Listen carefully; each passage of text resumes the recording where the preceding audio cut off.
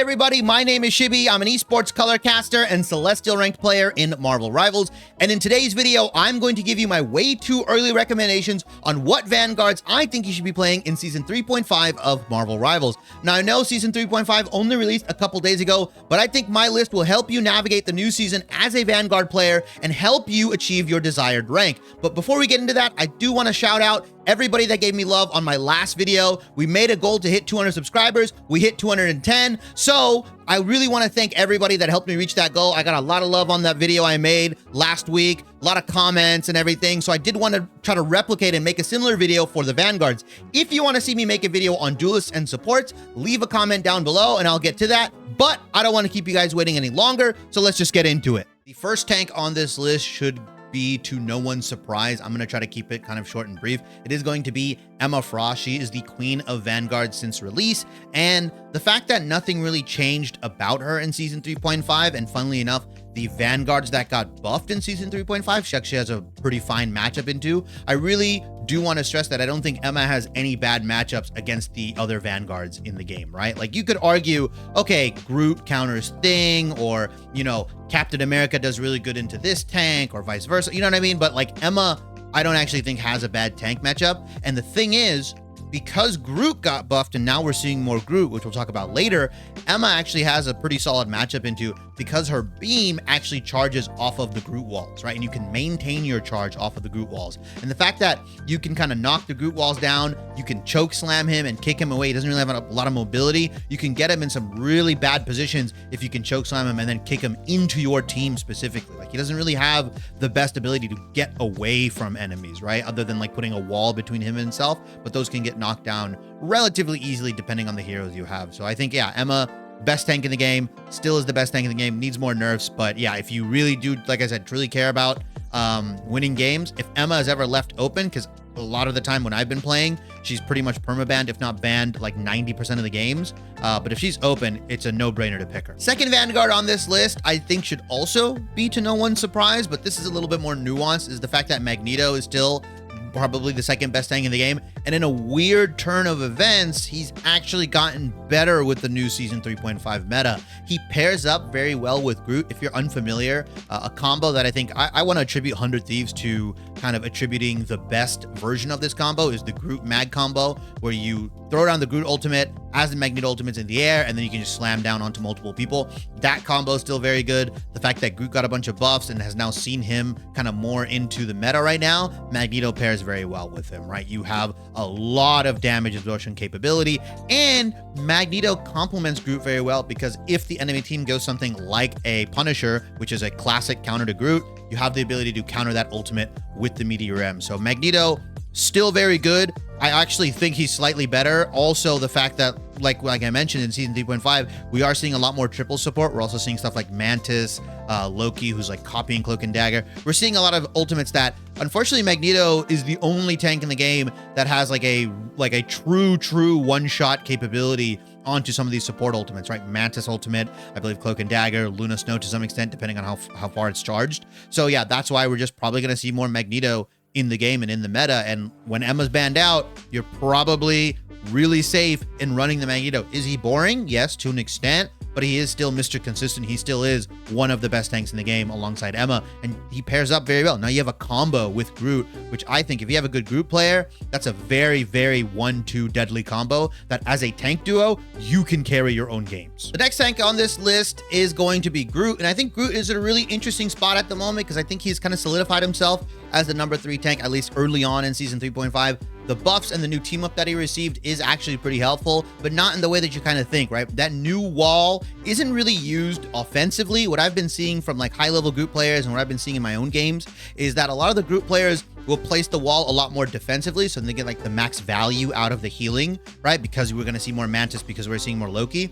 Or what they'll do is they'll place the healing wall more towards their support line so that their support line has an extra little bit of sustain. It's really dependent on how you want to use it, but that extra wall, the healing wall, plus his Iron Wall, the E, provides him a lot of innate tankiness as long as you can kind of hit your Vine Strikes and you can get your damage off, or your teammates are getting your damage off. It makes him a lot more deceptively tankier than I think most people expect.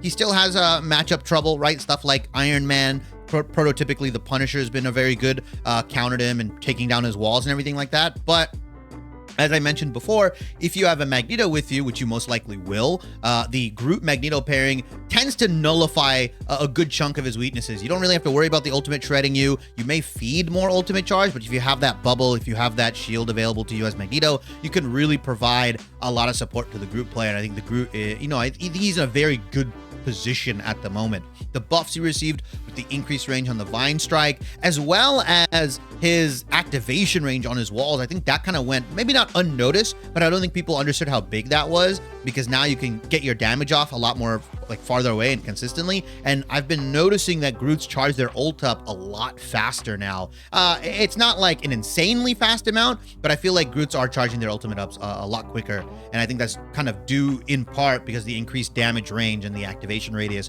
where now, you can start hitting people from like a mile away. It is pretty disgusting. I also think Groot benefits from the fact that we saw a lot of Thing in season 3.5, and classically Groot has always had a pretty damn good matchup into Thing, right? Because Thing doesn't have any real ability to get out of walls if he's boxed in. He has to kind of more rely on his teammates and the amount of damage you can get off. Like Groot into Thing is a very, very good matchup for Groot. It's not impossible for Thing, but Thing players just don't have fun playing that. I think Doctor Strange is in a pretty balanced position at the moment. He's not disgustingly OP by any amount, but the small buffs he received, both to his increase in clip size, right, for his basic attacks, as well as the ability to levitate and go up into the sky a little bit more frequently from 15 seconds to 12 seconds, I think is just kind of all these little micro buffs that he's received after the massive nerfs that he got after like season 1, I think has kind of pushed him more in line as a pretty fair tank. I'm never like mad when a Doctor Strange player kind of outplays me or gets good Eye of Agamotto's.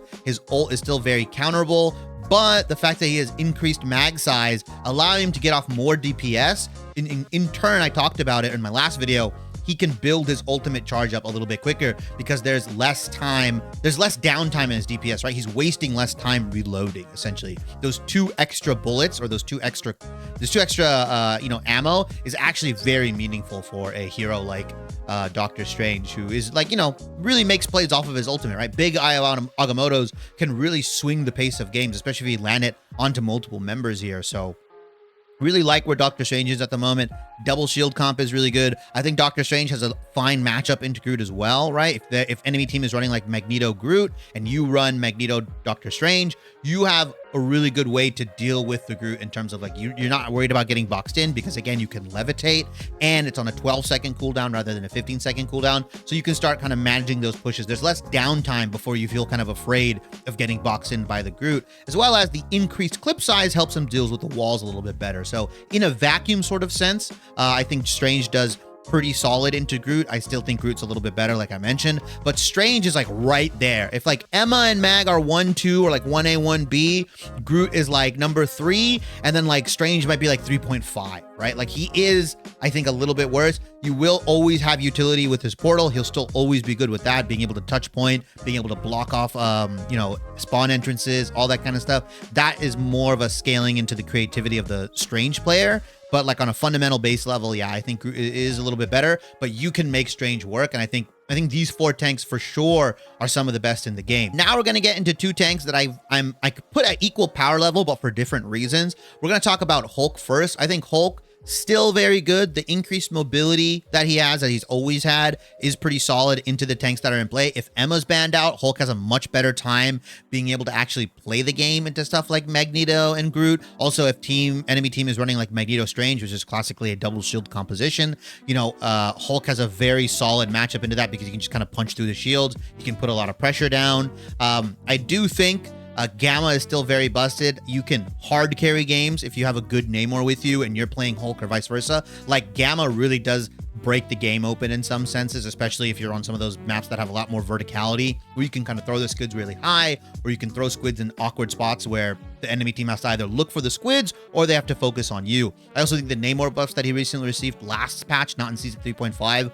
where he got the increased projectile speed, the increased right click and all that stuff, that actually helps him build ultimate faster. So you'll notice a lot of these Namors are building ultimate relatively quickly. So that's why I really like the Hulk Namor team up. I think he is one of the better team ups out of all the tanks in the game at the moment. Now, the reason I put Thing in this tier is that, like I said, Groot has kind of come up and risen as a better hero this season. So he, in turn, in my mind, in consequence, drops. I think his ability to deal with flyers is still very good, but he's a lot more manageable. I know nothing has inherently changed about him, but because the other Vanguards in the game have changed, right? You've got Groot buffs, Thor buffs, which we'll talk about, and where I think Thor is kind of in this meta. I feel like Thing's value as a like true peel tank kind of goes down a little bit, especially if you have a better Hulk Namor. Like, really, Thing is there to kind of deal with Black Panther, right? And sometimes like magic and stuff like that. But if you're getting dove by like Psylocke, if you're getting dove by like Spider-Man, you'd much rather have the Hulk Namor in my mind, because they can put out a lot more damage. They can burst out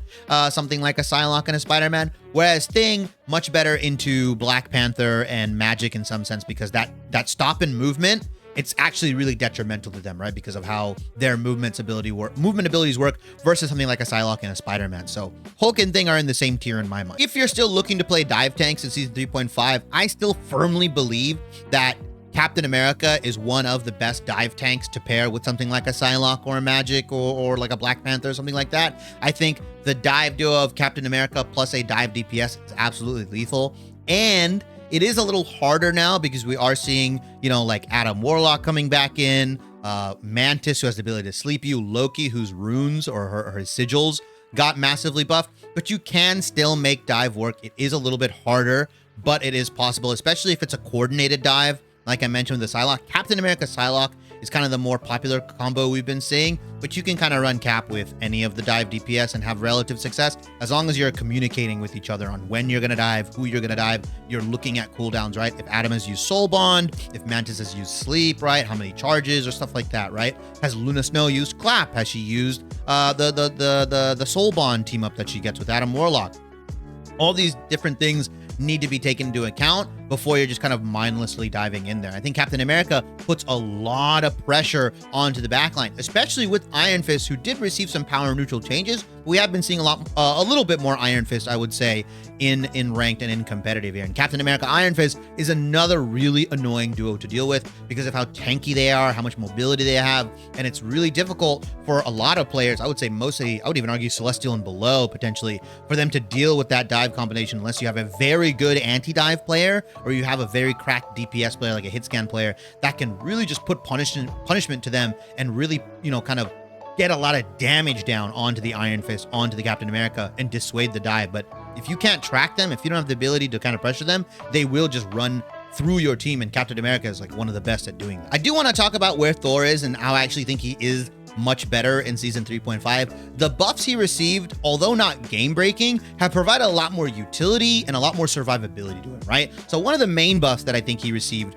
was the fact that he gains a 1 fixed Thor force after exiting the awakening state, right? So after he exits his range state, he automatically gets 1 Thor force to use. Now, what I've been seeing a lot of Thors do is that they'll enter the Thor force, they'll get really, really aggressive, and then once they exit it, they'll immediately hammer out, right? They'll eventually, you know, hammer dash out, and they'll be completely fine. And that added slipperiness to that Thor makes him a much more credible threat, both in the backline, as well as it's really hard to kind of keep a beat on him, right? A lot of the really good Thor players, you'll see, they'll enter their Thor force, and they'll immediately zip on out. They'll start, you know, playing the range game. They'll play the ability to try to like get their 3 stacks, and then they'll go again, right? Or some of them will chain the Thor force into bubble, into Thor force, into getting out, which gives him a lot of innate survivability and tankiness. The other change that I think he got that, you know, is really cool, is just more utility than anything, is the fact that Lightning Realm,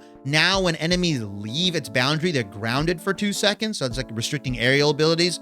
It's really funny because I have seen Thor players essentially, like, in a way, like the stubborn ones, the way they'll deal with flyers is that they'll just go up into the air and then just drop the lightning realm on them and then just try to like mess with them.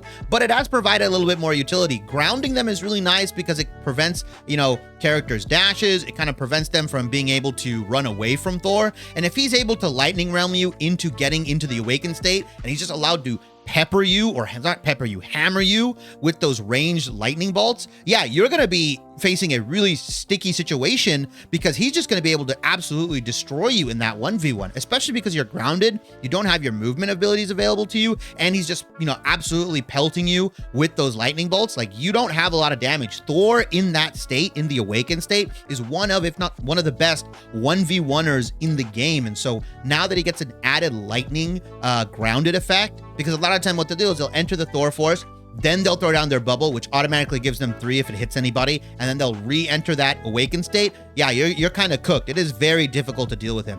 The also interesting thing is that Thor also has like a pretty decent matchup into Groot. Your awakened state can deal with walls relatively quickly. You also have the ability to put him out of position very nicely, right? With that Thor hammer charge and how fact of a low cooldown it is once you keep kind of like pushing him in. It's similar to like a Doctor Strange or a Magneto. Also, his ability to not get boxed in by Groot actually gives him a really nice advantage, right? Being able to just kind of hammer dash out and fly out of the way if he tries to box you in is really nice. So I think Thor is going to be a lot better in season 3.5 from what I've seen and from what I've been experiencing these past couple days in season 3.5. A lot of the Thor players seem to be popping off. And although these changes are a little bit more selfish, right? Obviously the Thor force is solely for Thor. I do think that utility on Lightning Realm, when used correctly, both peeling for supports as well as like somewhat kind of funnily dealing with, you know, like flyers and like kind of messing with dive characters and grounding them. Yeah, it is actually, you know, he is much better in season 3.5. Is he like a top tier tank? No, I don't think so. I think Emma, if she still exists in the game, right? If she's not banned out, Thor is going to have some trouble. I think Magneto's really good at kind of like keeping the distance and playing the range leash game with him, right? With the left click, right click, left click combo. Like, he is very much still susceptible to just getting gunned down by something like Punisher, or maybe something like high damage like the Phoenix or Winter Soldier, right? Like, he still has the same weaknesses per se, but his added survivability and his slipperiness allows him to kind of push those, you know, knife's edge situations a lot more frequently, right? Because of that one Thor force you gain outside of the Awakening rune. That extra hammer charge is super important for Thor players. And I've been seeing a lot of Thor players feast. So I think it's a good time to pick him up, especially if you're good at like comboing with damage boost, right? Like, you know, with Mantis or with Rocket and stuff like that. You actually have a really good one-shot combo if you can drop your E into the ultimate if it's damage boosted, which I've been seeing a lot of Thors do. So there's a lot of good carry potential. I think these buffs are really nice for Thor, and I think we should start seeing a little bit more of him. I'm not really going to talk about Venom or Penny here. I don't think a lot has changed around season 3.5 for them to really be considered like better or worse. They're very good in their situations, right? Penny obviously has always been a very situational tank. She's very good on a lot of those hard defense maps. If you need to hold, her anti-dive is okay. When paired up with Rocket, obviously, she can lock down areas very, very well. But nothing really about Season 3.5 has convinced me that she's much in a better spot or even in a worse spot. Like, the tanks that have gotten buffed are actually kind of make her potentially even worse, right? Because Groot is seeing more play, so you have the ability to counter Penny by putting your walls underneath her nest and stuff like that. And I think for dive tanks, I don't know, I feel like Venom, even now, I feel like Captain America is just a better dive tank. I feel like Venom is a fairly one-dimensional dive tank, still gets, you know, hard countered by stuff like Emma. You still have things like Hulk being able to deal with it. You know, Hulk Namor team up. Thing is okay, like you can get the matchup in, has the ability to really interrupt the movement tech, and I think there's like the support lines that are active at the moment, stuff like Loki, Mantis. If you get slept, or even if you bait out the sigils, Loki's ability to reposition is very, very OP into something like a Venom. If you disagree with any of my takes or anything I said here, let me know in the comment section down below. I really love looking at all the comments. I had a lot of engagement on my last video. I really enjoyed responding to everybody. But other than that, thanks for watching, and I'll see you next time. Hey everybody, thanks for watching. If you enjoyed the video, please like, comment, subscribe, and hit the bell for notifications, as that all helps me out a ton. I try and respond to every single one of the comments in my videos because I generally do appreciate you guys taking time out of your busy schedules to leave one, as well as I love interacting with my own community. If you want to see more of my content, I stream over on Twitch about 3 to 4 times a week, starting around 7 p.m. PST. Over there, you'll get unedited versions of my videos, as well as we go over gameplay reviews, patch notes, and you guys can ask questions in the chat, and I respond pretty quickly. If you care more for short form content, I upload daily on both YouTube Shorts and TikTok. Over there, you'll get condensed version of my videos, as well as stream highlights and my general thoughts on the game. All of that will be in the description box below, as well as a pop-up that will show up on the right side of the screen here, telling you where to go and all my handles. I really do appreciate all of you, and I hope to see you guys in the next video.